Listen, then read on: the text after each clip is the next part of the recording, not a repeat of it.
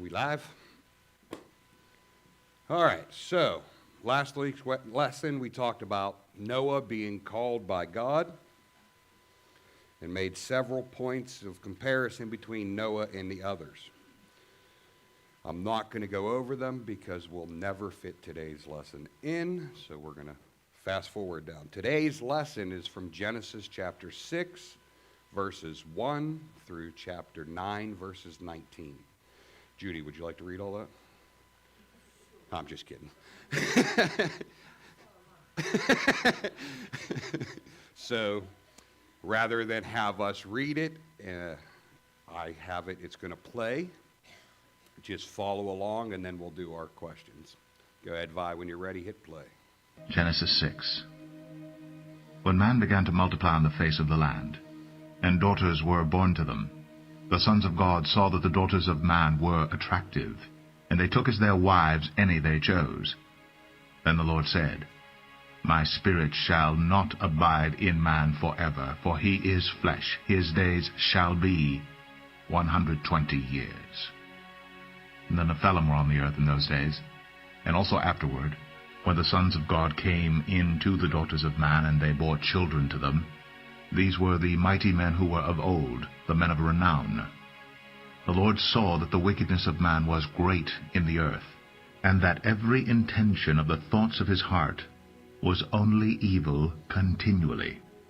And the Lord was sorry that he had made man on the earth, and it grieved him to his heart.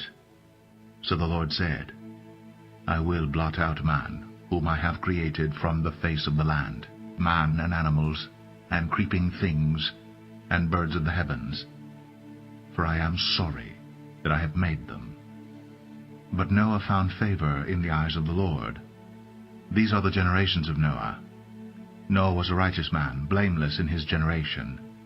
Noah walked with God. And Noah had 3 sons, Shem, Ham, and Japheth.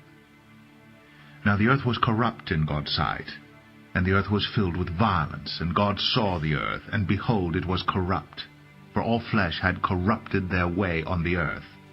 And God said to Noah, I have determined to make an end of all flesh, for the earth is filled with violence through them. Behold, I will destroy them with the earth. Make yourself an ark of gopher wood. Make rooms in the ark, and cover it inside and out with pitch.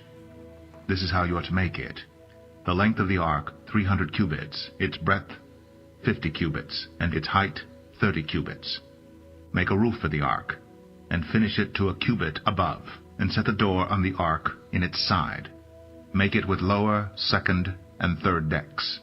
For behold, I will bring a flood of waters upon the earth to destroy all flesh, in which is the breath of life under heaven. Everything that is on the earth shall die. But I will establish my covenant with you, and you shall come into the ark, you, your sons, your wife, and your sons' wives with you. And of every living thing of all flesh you shall bring 2 of every sort into the ark to keep them alive with you. They shall be male and female. Of the birds according to their kinds, and of the animals according to their kinds, of every creeping thing of the ground according to its kind, 2 of every sort shall come into you to keep them alive. Also take with you every sort of food that is eaten, and store it up. It shall serve as food for you and for them. Noah did this.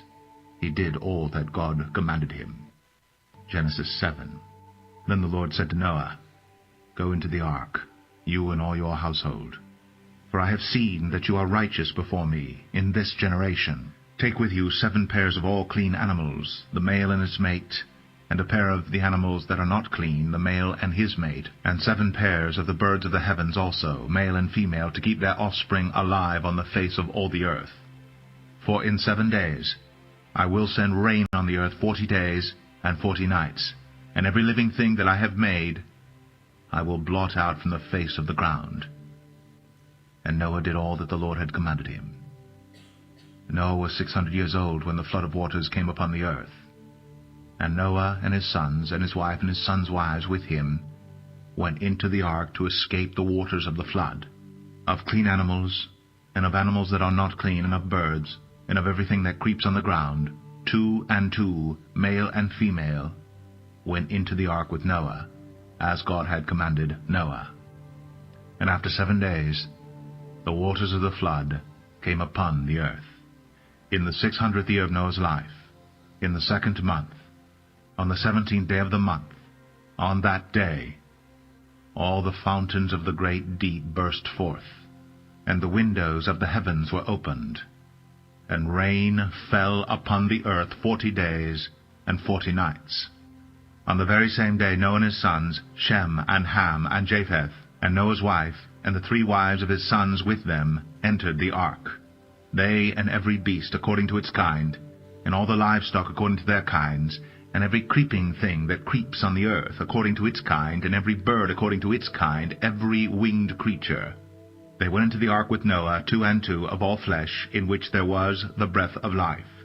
And those that entered, male and female of all flesh, went in, as God had commanded him, and the Lord shut him in. The flood continued 40 days on the earth. The waters increased and bore up the ark, and it rose high above the earth. The waters prevailed and increased greatly on the earth, and the ark floated on the face of the waters. And the waters prevailed so mightily on the earth, that all the high mountains under the whole heaven were covered. The waters prevailed above the mountains, covering them 15 cubits deep. And all flesh died that moved on the earth, birds, livestock, beasts, all swarming creatures that swarm on the earth, and all mankind. Everything on the dry land, in whose nostrils was the breath of life, died. He blotted out every living thing that was on the face of the ground, man and animals and creeping things and birds of the heavens. They were blotted out from the earth. Only Noah was left, and those who were with him in the ark. And the waters prevailed on the earth 150 days. Genesis 8. But God remembered Noah, and all the beasts, and all the livestock that were with him in the ark. And God made a wind blow over the earth, and the waters subsided. The fountains of the deep and the windows of the heavens were closed. The rain from the heavens was restrained, and the waters receded from the earth continually. At the end of 150 days the waters had abated, and in the 7th month, on the 17th day of the month, the ark came to rest on the mountains of Ararat, and the waters continued to abate until the 10th month. In the 10th month, on the 1st day of the month, the tops of the mountains were seen. At the end of 40 days, Noah opened the window of the ark that he had made, and sent forth a raven. It went to and fro until the waters were dried up from the earth. Then he sent forth a dove from him, to see if the waters had subsided from the face of the ground. But the dove found no place to set her foot. And she returned to him to the ark, for the waters were still on the face of the whole earth. So he put out his hand, and took her, and brought her into the ark with him. He waited another 7 days, and again he sent forth the dove out of the ark. And the dove came back to him in the evening, and behold, in her mouth was a freshly plucked olive leaf. So Noah knew that the waters had subsided from the earth. Then he waited another 7 days, and sent forth the dove, and she did not return to him any more. In the 601st year, in the 1st month, the 1st day of the month, the waters were dried from off the earth. And Noah removed the covering of the ark, and looked, and behold, the face of the ground was dry. In the 2nd month, on the 27th day of the month, the earth had dried out. Then God said to Noah, Go out from the ark, you and your wife, and your sons wives with you. Bring out with you every living thing that is with you of all flesh, birds and animals, and every creeping thing that creeps on the earth, that they may swarm on the earth, and be fruitful, and multiply on the earth. So Noah went out, and his sons, and his wife, and his sons' wives with him, every beast, every creeping thing, and every bird, everything that moves on the earth, went out by families from the ark. Then Noah built an altar to the Lord, and took some of every clean animal, and some of every clean bird, and offered burnt offerings on the altar. And when the Lord smelled the pleasing aroma, the Lord said in his heart, I will never again curse the ground because of man. For the intention of man's heart is evil from his youth. Neither will I ever again strike down every living creature, as I have done, while the earth remains. Seed time and harvest, cold and heat, summer and winter, day and night, shall not cease. Genesis 9. And God blessed Noah and his sons, and said to them, Be fruitful, and multiply, and fill the earth. The fear of you and the dread of you shall be upon every beast of the earth, and upon every bird of the heavens, upon everything that creeps on the ground, and all the fish of the sea. Into your hand they are delivered. Every moving thing that lives shall be food for you. And as I gave you the green plants, I give you everything. But you shall not eat flesh with its life, that is, its blood. And for your lifeblood I will require a reckoning. From every beast I will require it, and from man. From his fellow man I will require a reckoning for the life of man. Whoever sheds the blood of man, by man shall his blood be shed. For God made man in his own image. And you, be fruitful and multiply, teem on the earth, and multiply in it. Then God said to Noah and to his sons with him, Behold, I establish my covenant with you, and your offspring after you, and with every living creature that is with you, the birds, the livestock, and every beast of the earth with you, as many as came out of the ark. It is for every beast of the earth. I establish my covenant with you, that never again shall all flesh be cut off by the waters of the flood, and never again shall there be a flood to destroy the earth. And God said, This is the sign of the covenant that I make between me and you, and every living creature that is with you for all future generations. I have set my bow in the cloud, and it shall be a sign of the covenant between me and the earth. When I bring clouds over the earth, and the bow is seen in the clouds, I will remember my covenant that is between me and you, and every living creature of all flesh. And the waters shall never again become a flood to destroy all flesh. When the bow is in the clouds, I will see it, and remember the everlasting covenant between God and every living creature of all flesh that is on the earth. God said to Noah, This is the sign of the covenant that I have established between me and all flesh that is on the earth. The sons of Noah who went forth from the ark were Shem, Ham, and Japheth. Ham was the father of Canaan. These three were the sons of Noah, and from these the people of the whole earth were dispersed. That's why we didn't read it. So, today's question, how does a fairy tale begin? Claire, how do most fairy tales start? Once upon a time. How is the account of the flood different? It's not a fairy tale. Doesn't start once upon a time. In fact, it gives very specific ages, dates, years, time. It also has very specific details of the ark. Most fairy tales don't go into very great detail. This one tells us the length, the width, the depth, the floors, the door, the window, the covering, covered with pitch, and goes out and lays out the whole thing. With all that detail given, we can be certain that the author's intent, which was Moses, guided by the Holy Spirit, was to be sure you knew it was a historical fact. It's not an allegory. It's not a fairy tale. He wanted to give specific details so that none of those things could be taken for anything other than historical fact. What other elements did we hear in there that point to the fact that this is an actual account of what happened?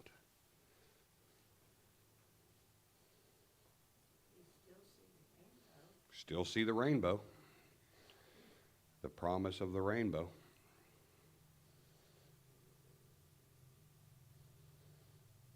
would argue the fossil record that we see proves that there was a worldwide flood. It's the only thing that can explain why there's fish fossils on tops of mountains.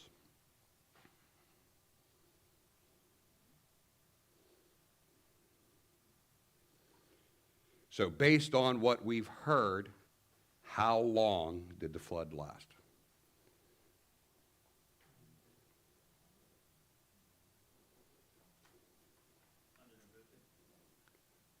That was in there. 371 days. 370 days, the dove no longer comes back. 371st day, they walk off the ark.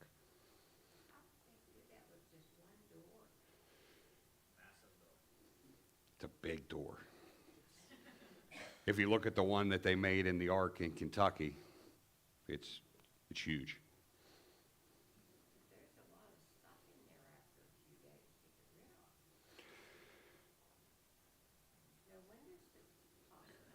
Well, visit the ark.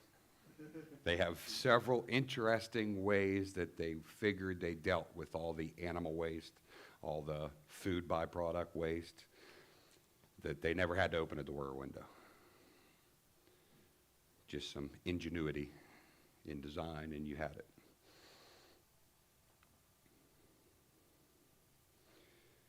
What words are used to describe what perished in the flood? And we can go through all these verses that they give us, and it's underlined, but just off the top of your head. Evil man. Every bird. Everything that had the breath of life. Everything that crawled upon the ground. Everything besides what was spared on the ark was gone, save sea creatures. There was no aquarium on the ark. Many sea creatures would have survived the flood. Many species would be lost because once you desalinate the ocean, that kills off the less hardy fish. Once you mix that salt water into fresh water, that kills off the less hardy freshwater fish.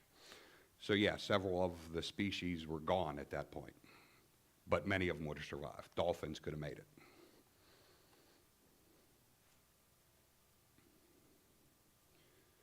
What words are used to describe what survived the flood? So what survived the worldwide flood?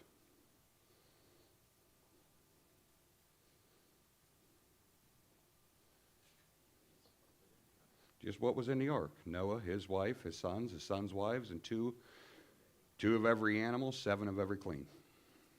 7 pairs.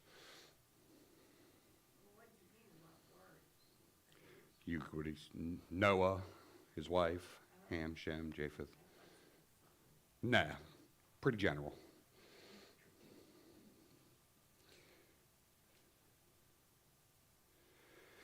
Based on description, did Noah need to prepare an aquarium?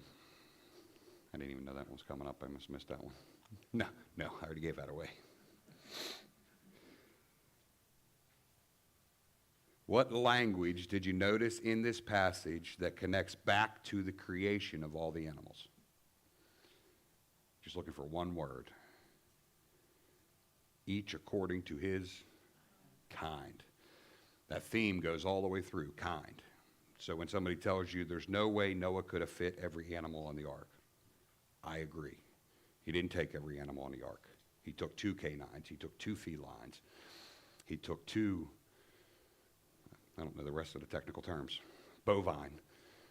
2 of every one. So he didn't take 2 huskies and 2 wolves, and no, just 2 canines. From them comes all the variety we see today.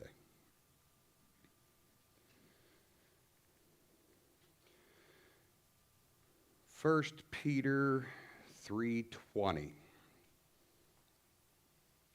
Because they formerly did not obey when God's patience waited in the days of Noah, while the ark was being prepared, in which a few, that is, 8 persons, were brought safely through the water. So the New Testament confirms the Old Testament account. You don't hear the New Testament authors going, the fairy tale in the Old Testament was supposed to be a story to teach you to obey God's command. No, they always refer to it as history. 2 Peter 2:5. If he did not spare the ancient world, but preserved Noah, a herald of righteousness with 7 others, when he brought a flood upon the world of the ungodly. Again, the New Testament speaks of it as historical fact. Hebrews 11:7. By faith, Noah, being warned by God concerning events as yet unseen, in reverent fear constructed an ark for the saving of his household. By this he condemned the world and became an heir of the righteousness that comes by faith. So why did Noah build an ark? God told him to, he obeyed, and God told him to preserve his family and to preserve the animals. So clearly from the text, every land-dwelling, air-breathing animal that was not on the ark would have now perished in the flood. So would have every human being. I couldn't imagine being Noah and his family knowing that on the ark. Every person Noah's known for the last 600 years is outside that ark and can't get in as the waters come. Did his sons do it because of their faith or because they just had to obey their father? We're not told. We're not told if the sons had the same faith or if they were just obedient to their father. I think being that God chose to preserve them, they must have followed the same faith and must have believed in God and must have had some sort of obedience because God made everybody out of Adam and Eve, so all he needed was Noah and his wife. But he brought the 3 sons along. And we're not even told if he had more than 3 sons. He could have had 12 sons and only 3 came along. We're only told about 3. The Bible doesn't give us complete history. We'd never make it through Genesis. You guys should have a timeline sheet. Looking at the timeline in light of the text, what interesting things stand out to you? What things surprise you? And what things have you thought of wrong in the past? Did everybody think that they were on the ark for a little over a year? Yeah, most people, first thing comes, exactly, 40 days, because it's going to rain 40 days and 40 nights. So most people think the flood was 40 days, not 370. Yep.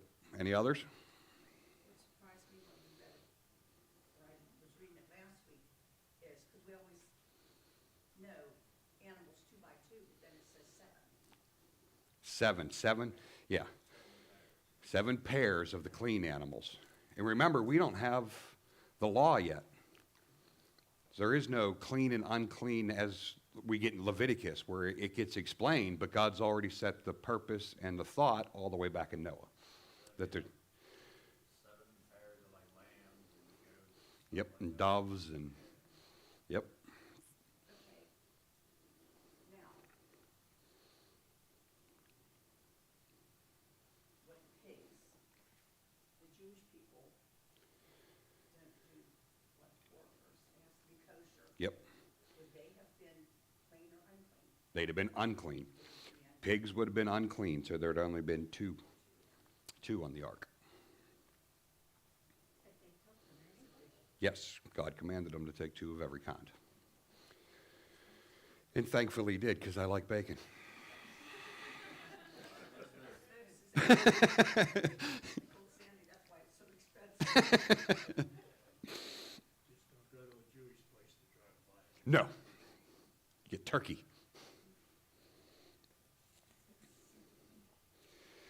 All right, so you should have another worksheet.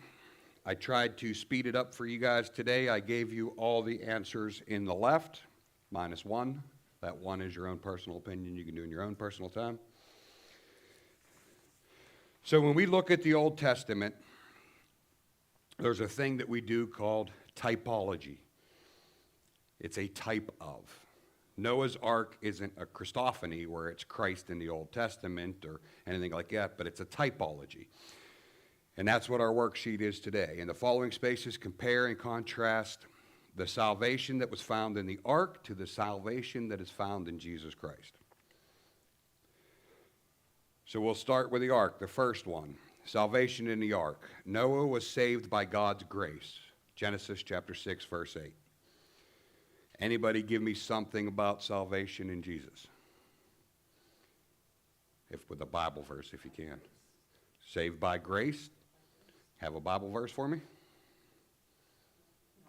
Ephesians 2, 8, and 9. For we are saved by grace through faith. It is the gift of God, not of works, that no man shall boast.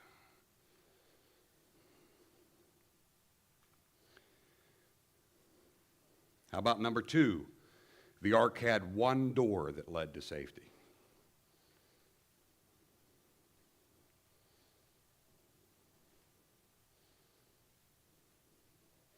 John chapter 10, verse 9, Jesus refers to himself as the door. John 10, 9.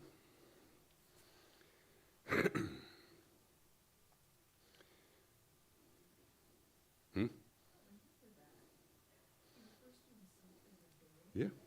Here, I'll read John 10, 9.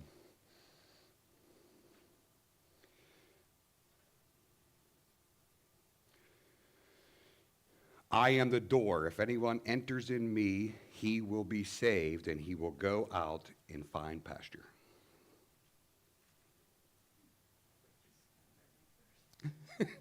Is that coming up next week? I thought so. Is that the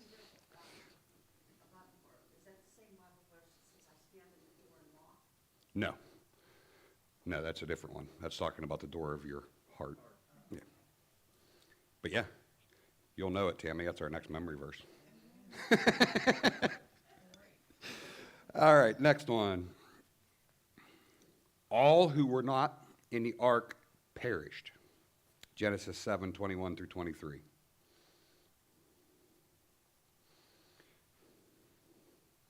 What happens to all who are not in Christ?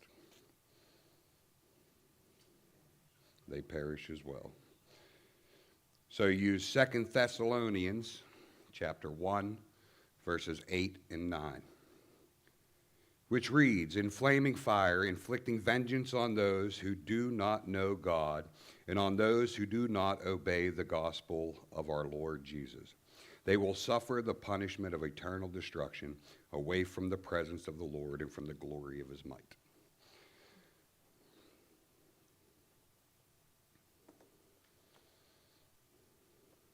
was the Bible verses? 2 Thessalonians 1, verses 8 and 9. Next one, the judgment of the flood was decreed by God. Genesis 6, 7 and 6, 13.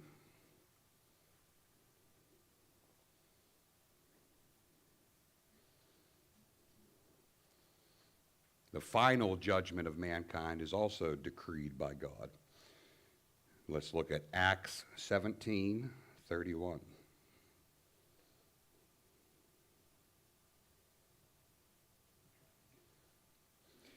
We're working on it, yeah. We're working on it, men's Bible study. We've made it to 17, but the guy that keeps teaching keeps getting stuck in 4 verses. That's me. So if you think it's just the sermons, no, men's Bible study is going about the same.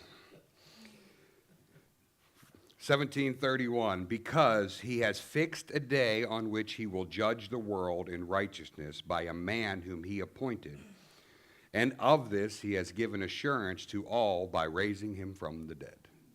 So God has appointed a day to judge all of mankind.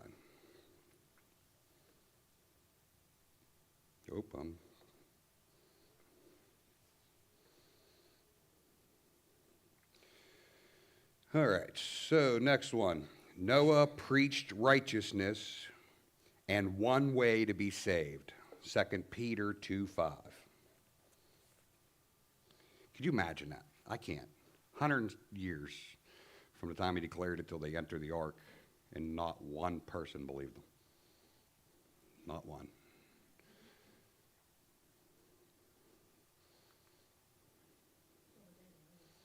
Yeah, then they were probably all running for the ark, but God had already closed the door.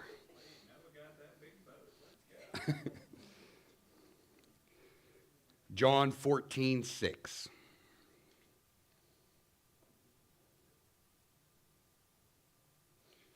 Jesus preached righteousness and only one way to be saved. And Jesus said to him, I am the way, the truth, and the life. No one comes to the Father except through me. And the last one, God provided the plans for the ark. How does that tie to salvation in Jesus? God provided the plan of salvation through Christ. And for that, I'd use 1 Peter 1:17 through 21. If I can get there. And if you call on him as Father, who judges impartially according to each one's deeds, conduct yourself with fear throughout the time of the exile, knowing that you were ransomed from your futile ways, inherited from your forefathers, not with perishable things such as silver and gold, but with the precious blood of Jesus Christ, like a lamb without blemish or spot. He was foreknown before the foundation of the world, but was made manifest in the last times for the sake of you, who through him are believers in God, who raised him from the dead and gave him glory, so that your faith and your hope are in God. That ties well to our sermon. 1 Peter 1:17 through 21. There is plenty more in there. So if you want to continue on that, you have one more space at least.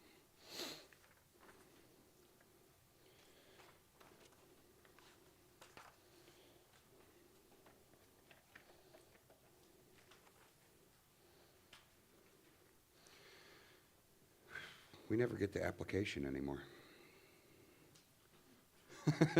That one had a 15-minute reading. I knew we weren't making this application today. But I wanted to get to that worksheet so we could see the connection, the typology in the Old Testament between the ark and Jesus. Any questions? Anything that stood out that you didn't think about before in Genesis, in the flood?